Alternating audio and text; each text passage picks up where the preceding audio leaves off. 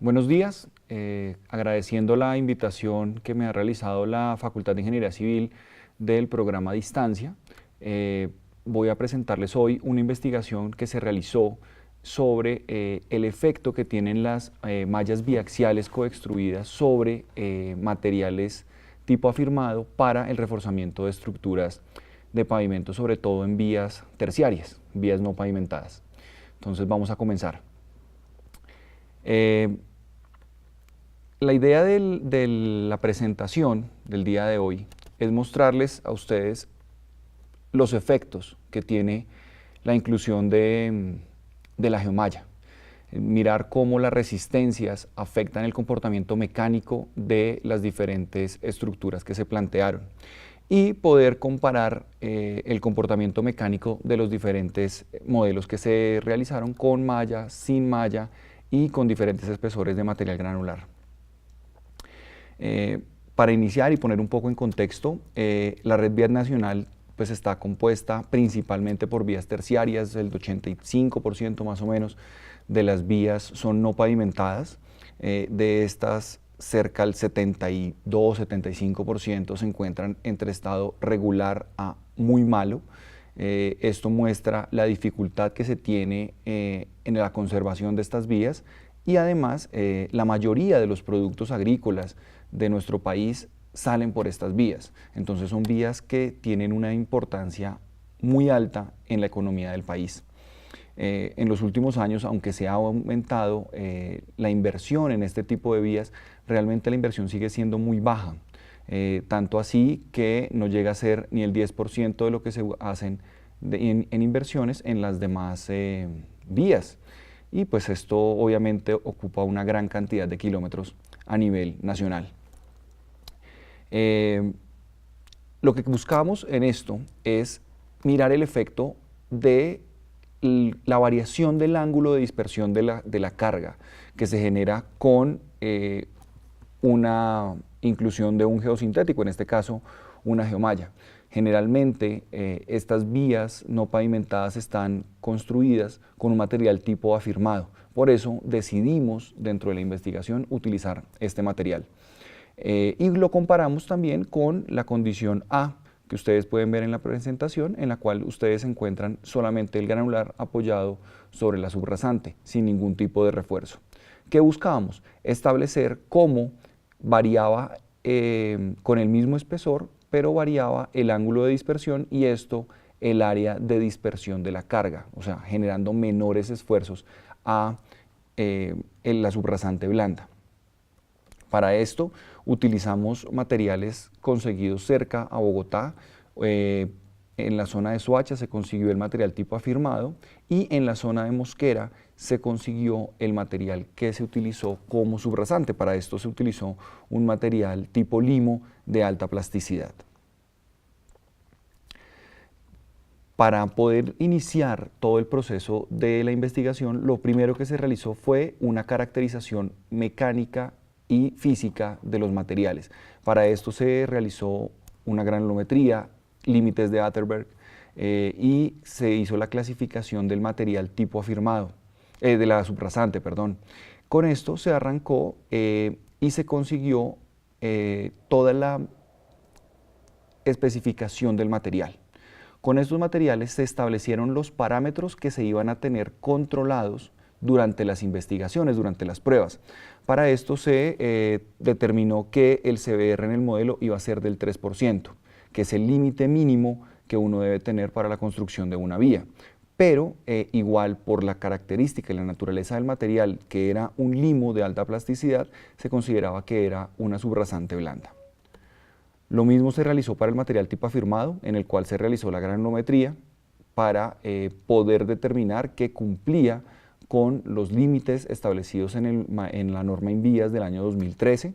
Se miraron los coeficientes de uniformidad, de curvatura, se miraron los límites de Atterberg y se estableció que efectivamente este material, como nos lo habían certificado en la cantera en la cual fue conseguido el material, cumplía con las especificaciones INVIAS. Para la malla se utilizó una malla de configuración cuadrada, coextruida en polipropileno. Esta malla se utilizaron dos tipos de resistencia, una de 20 kilonewtons por metro y otra de 30 kilonewtons por metro. Se realizaron igual pruebas de resistencia, no nos quedamos solamente con los valores que estaban en una ficha técnica, sino se realizaron esas pruebas y se comprobó que efectivamente las mallas cumplían con lo que se ofertaba en la ficha técnica. Esto era supremamente importante para poder determinar el efecto que tiene la resistencia de la geomalla en el reforzamiento de la estructura de pavimento, pues de vías no pavimentadas. Resultaba importante principalmente hacer toda la caracterización física incluyendo tamaños de abertura, tamaños de las costillas, el espesor, el ancho. ¿Por qué? Porque los granulares funcionan por trabazón de agregados con esta geomalla. Entonces necesitábamos entender cuáles eran las dimensiones o cuáles eran los diámetros mínimos que debía tener el granular para que tuviera una interacción adecuada con la geomalla. Se realizaron 9 diferentes montajes, cada montaje fue repetido 3 veces, esto con el fin de mirar los efectos y la repetibilidad de los ensayos. Al final se encontró que entre un y otro ensayo las variaciones no superaban el 2%, lo que se consideró adecuado, y cómo fueron realizados los modelos. El primer modelo fue toda la condición sin refuerzo, o sea, sin la inclusión de geomalla, y se utilizaron 3 diferentes espesores, 10 centímetros, 15 centímetros y 20 centímetros. Estos mismos espesores fueron reforzados con geomalla, que en este caso le vamos a llamar R1, que es la de 20 kilonewtons metro, y la geomalla R2, geomalla de 30 kilonewtons metro. Lo que se buscaba era determinar el efecto de incremento de capacidad mecánica, mejoramiento de la distribución de los esfuerzos y disminución de las deformaciones superficiales, de los abollamientos que tuviera esta estructura de pavimento. Para esto se realizó el siguiente procedimiento. Después de la conformación de la subrasante, se colocaron unos sensores, unas celdas de carga. Sobre estas celdas se colocó un espesor más o menos de 5 centímetros para evitar que la malla tuviera algún tipo de interferencia con las celdas de medición, que ustedes ven tanto en el esquema como en la fotografía. Posteriormente se completaba el espesor total de afirmado sobre la geomalla y se realizaban las mediciones. Todo el proceso fue controlado por medio de volumen, densidades de compactación, para controlar siempre los mismos niveles de compactación, las mismas densidades y poder establecer relaciones reales entre los diferentes modelos. Cada una de las pruebas se realizó en 2 etapas. Al final de cada etapa se desmontaba todo el sistema y se volvía a realizar el montaje para evitar que una parte de la prueba afectara a la siguiente.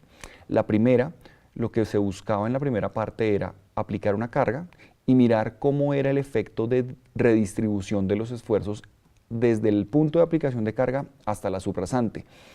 Y con esto lo que logramos determinar fue los ángulos de dispersión, que era el primer punto que queríamos analizar. Entonces lo que hacíamos era un ciclo que duraba más o menos 1 minuto y le aplicábamos una carga de 12 kilonewtons, asemejando pues lo que sería un vehículo detenido en un punto determinado de la vía. Después de hacer esta prueba se desmontaba todo el sistema, se volvía a realizar el montaje y pasábamos a la segunda parte que ustedes ven ahí, en la cual se realizaban 150.000 ciclos de repetición de carga de 12 kilonewtons con una forma sinusoidal a 2.5 Hz. Esa velocidad de carga fue seleccionada debido a que esa velocidad de 2.5 Hz representa una velocidad de entre 30 y 35 kilómetros por hora de tránsito de un vehículo, que es una velocidad muy adecuada en las vías no pavimentadas. Es a lo que más o menos circulan los vehículos tipo camión que llevan los productos agrícolas por estas vías. Pero para poder hacer una medición adecuada, realizamos una calibración de las diferentes celdas que se utilizaron en el modelo. Para esto se realizó la calibración de cada una de las celdas, como ustedes ven en la figura que está presente en la presentación. ¿Qué tenían que hacer? Cada celda fue cargada y descargada varias veces para determinar cuál era la ecuación de su recta o de su curva de carga y descarga. ¿Para qué? Para poder tener una relación entre el esfuerzo que se estaba aplicando y la medición de milivoltio sobre voltio que daba la celda. Con esto se podía determinar en el momento de aplicar cierta carga cuánto era el esfuerzo que estaba llegando a esa celda y mirar en los diferentes modelos que se realizaron cómo era la variación. ¿Para qué se hacía esto? Para poder determinar cómo la inclusión de la geomalla o el aumento de los espesores granulares me iban a modificar los esfuerzos que llegaran. Inicialmente, antes de la realización de las pruebas, teníamos la suposición que los esfuerzos tenían que disminuir, pero eso era lo que teníamos que comprobar y determinar la proporción en la que se iban a disminuir. Estos son como los datos crudos, llamémoslo así, de todas las pruebas, en las cuales ustedes se dan cuenta la gran cantidad de mediciones que se realizaron, en la cual lo que se buscaba era eliminar la parte de deformaciones plásticas del material y dejarlo solo en deformaciones elásticas, tratando de determinar el módulo resiliente de ese material con y sin la geomalla, y posteriormente determinar los esfuerzos. Eso era principalmente lo que se buscaba. Esto ya es de las gráficas que se consiguieron en cada uno de las pruebas realizadas a las 150.000 repeticiones o ciclos de carga. Como ustedes pueden ver, ya la curva se vuelve asintótica a un valor. Ese valor es el módulo resiliente de ese material con o sin la inclusión de la geomalla, pero determinamos que hacia los 120, 150.000 repeticiones ya los valores no iban a modificarse. Por eso no seguimos en un número mayor de repeticiones. Se hubiera podido realizar, pero ya no iban a generar variaciones ni modificaciones en los resultados de las pruebas. Dentro de lo que queríamos evaluar era cómo el incremento de los espesores, antes de incluir la geomalla, cómo el incluir solamente espesores mayores de granular nos generaba algún tipo de variación en el comportamiento de la estructura. ¿Qué determinamos? Determinamos que el incrementar 1 milímetro de granular nos aportaba 1.7 megapascales en el módulo resiliente.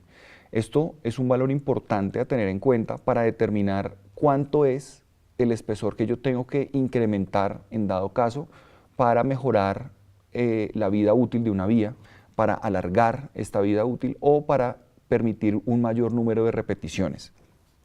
Encontramos que con 10 centímetros el solo granular no era capaz de generar una distribución adecuada de los esfuerzos y esto generaba que la prueba fallara rápidamente. No llegó a más de las 100, 150 repeticiones y ya presentaba unas deformaciones demasiado altas que superaban el valor que nosotros habíamos determinado como máxima deformación de la estructura. Ya con los espesores de 15 y 20 centímetros, ustedes pueden ver que se lograron tener las 150.000 repeticiones sin tener deformaciones superiores a las de la falla. Asimismo, lo que buscamos después fue establecer el efecto de la inclusión de la geomalla, tanto la de 20 como la de 30 kilonewtons. Como ustedes pueden ver en la primera gráfica que está a mano izquierda, el incluir la malla, pero con los mismos 10 centímetros, permitía que ahora sí se lograran llegar a las 150.000 repeticiones sin tener fallo en el material granular. Entonces, cuando teníamos 10 centímetros sin refuerzo, la estructura fallaba. Al incluir la geomalla, sea de 20 o de 30 kilonewtons, podíamos llegar a las 150.000 repeticiones sin tener ningún tipo de fallo. Esto nos mostraba ya el aporte que tenía la geomalla y además veíamos que entre el refuerzo 1 y el refuerzo 2 de 20 y 30 kilonewtons respectivamente, teníamos un aumento más o menos de unos 60 60 megapascales en el módulo resiliente. Pero quería mostrarles esta parte de la segunda gráfica, la intermedia. En general, uno esperaría que la malla de 20 kilonewtons quedara por debajo de la malla de 30 kilonewtons. Aquí, en estas pruebas, tuvimos un problema y fue un aumento de la humedad de los materiales en la prueba de la malla de 30 kilonewtons. Y observamos cómo aumentar las humedades desde el punto óptimo de los granulares y de la subrasante nos generaba una pérdida de la respuesta de la geomalla. Entonces, ¿qué nos muestra esto? Nos muestra dos cosas muy importantes. La geomalla presenta un incremento de las propiedades mecánicas, sí, pero en caso que los materiales granulares estén con una humedad por encima de los puntos óptimos, nos van a generar unos efectos negativos porque nos va a hacer perder rápidamente el aporte de la geomalla. Entonces, aquí podemos tener una primera conclusión y es: todos estos sistemas de reforzamiento tienen que ir acompañados obligatoriamente de sistemas de drenaje. Donde no tengamos un sistema de drenaje adecuado, cualquier refuerzo que nosotros pongamos va a ser poco en contra del efecto que genera el agua, el exceso de agua sobre un material. Ahora miremos el efecto de las mallas, pero en la tercera gráfica. Ustedes pueden ver ahí en la gráfica del lado derecho cómo sí se cumplió la lógica, y era que la malla de mayor resistencia generaba un incremento sobre la malla de menor resistencia. ¿Pero por qué? Porque las humedades de los materiales en este caso sí fueron adecuadas, estuvieron controladas.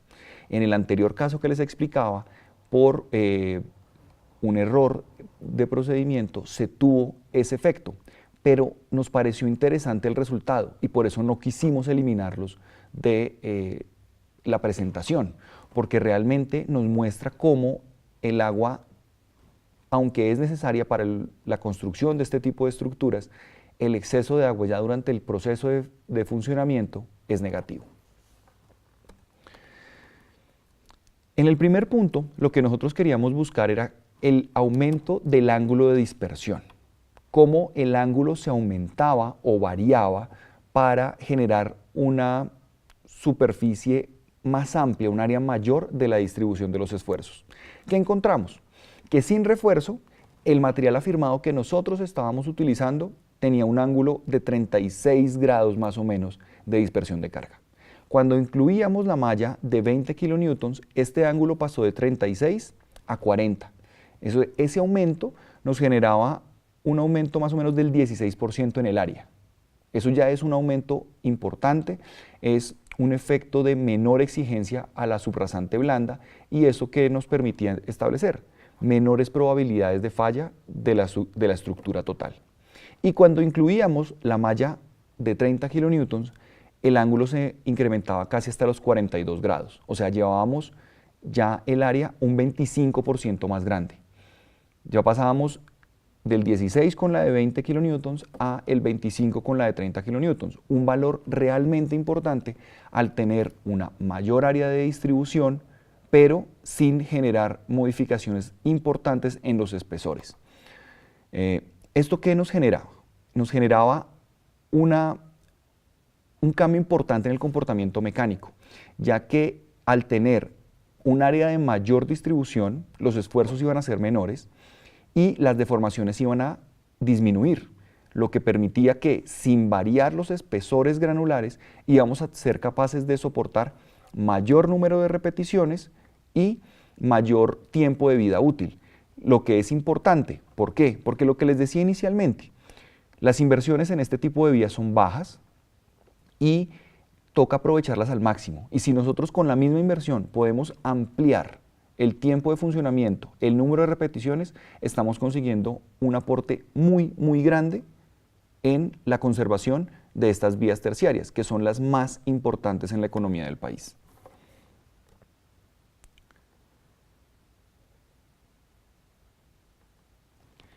Posteriormente, lo que buscamos fue mirar cómo los modelos iban a cambiar en su comportamiento de la deformación. y era parte de lo que se buscaba, menores deformaciones para que las vías se mantuvieran en condiciones adecuadas durante un tiempo más prolongado. ¿Qué encontramos? Que las deformaciones se disminuyeron de manera importante, más o menos entre un 50 y un 70% fue el promedio de lo que se consiguió. Si ustedes observan la gráfica del centro, en la cual tenemos la estructura con 15 centímetros de afirmado y los diferentes tipos de geomalla, encontramos que sin refuerzo teníamos deformaciones casi de 70 milímetros a las 150.000 repeticiones. Pero con la inclusión de la geomalla de 20 kilonewtons, las deformaciones se disminuían a 35 milímetros y con la de 30 kilonewtons más o menos a 20 milímetros. ¿Esto qué nos muestra? Menores deformaciones son menores afectaciones de la subrasante, menores efectos de fatiga del granular y un mejor comportamiento mecánico. Del mismo modo se realizó el comparativo con la de 20 centímetros de afirmado. ¿Qué se obtuvo ahí? Entonces, sin refuerzo teníamos una deformación cercana a los 20 milímetros y cuando ya incluíamos mallas de 20 y de 30 kilonewtons no superábamos los 5 milímetros de deformación. ¿Qué logramos establecer aquí?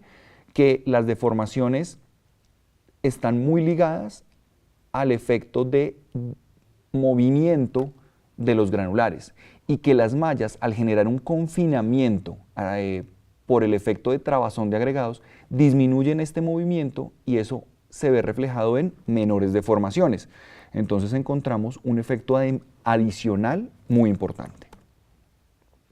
Lo que les decía inicialmente, la repetitividad de los ensayos, las diferencias fueron del 2%, se consideró adecuado.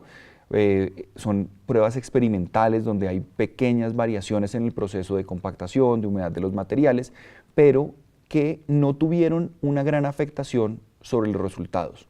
Entonces se consideró adecuado, se consideró repetible la prueba y los resultados, lo que fue adecuado. Pero como esto estuvo realizado sobre un cilindro rígido, se quería determinar las condiciones del efecto de borde. El efecto de borde es un efecto de confinamiento que no va a estar presente en la vida real de las estructuras. Para esto se realizó la medición a diferentes niveles de profundidad del modelo y se estableció que, aunque sí tiene algún tipo de afectación, los resultados no presentaban variaciones importantes. ¿Por qué? Porque los espesores que se estaban manejando en relación con el diámetro del molde que se utilizó no generaban realmente una afectación. Las afectaciones iban en la parte de la subrasante más profunda, por lo cual no estaban interfiriendo con las mediciones ni con las deformaciones. Por eso no se tuvo que hacer una calibración posterior a los resultados. Entonces, ya para terminar, vamos a mirar cuáles fueron las conclusiones de esta investigación. Entonces, la primera es: espesores inferiores a 15 centímetros realmente no son aplicables. No es posible construirlo porque sus deformaciones van a ser muy altas en muy poco tiempo. Entonces, lo mínimo que deberíamos tener son 15 centímetros cuando tenemos vías de bajos tránsitos y de bajas cargas. Ya cuando tenemos altos tránsitos, altas cargas, debemos aumentarlo hacia 20-25 centímetros. La malla, al incluirla, genera una rigidización muy importante. Mejora el comportamiento mecánico. ¿Y cómo lo mejora? Al crear un efecto de confinamiento, al disminuir las deformaciones. Si ustedes disminuyen las deformaciones ante el mismo esfuerzo, están aumentando el módulo de elasticidad del material granular y esto es fundamental en el comportamiento mecánico de cualquier estructura de pavimento. Entonces, ¿eso qué generaba? Un aumento de la vida útil, que era importantísimo desde el punto de vista de inversión y de conservación de las vías.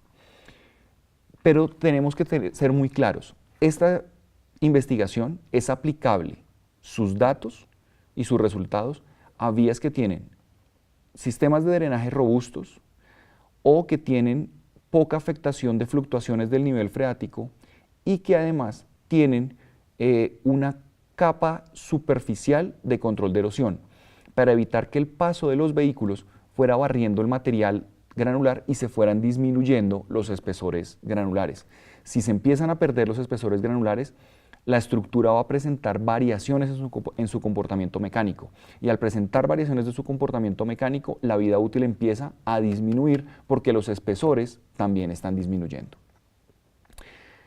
Esto era lo que quería explicarles el día de hoy. Ojalá les haya servido, les dé una visión diferente de cómo la inclusión de un geosintético, en este caso geomallas coextruidas biaxiales, genera un aporte muy grande en el funcionamiento de las vías, sean pavimentadas o no pavimentadas, pero nos concentramos en las vías no pavimentadas porque son la gran mayoría de las vías del país.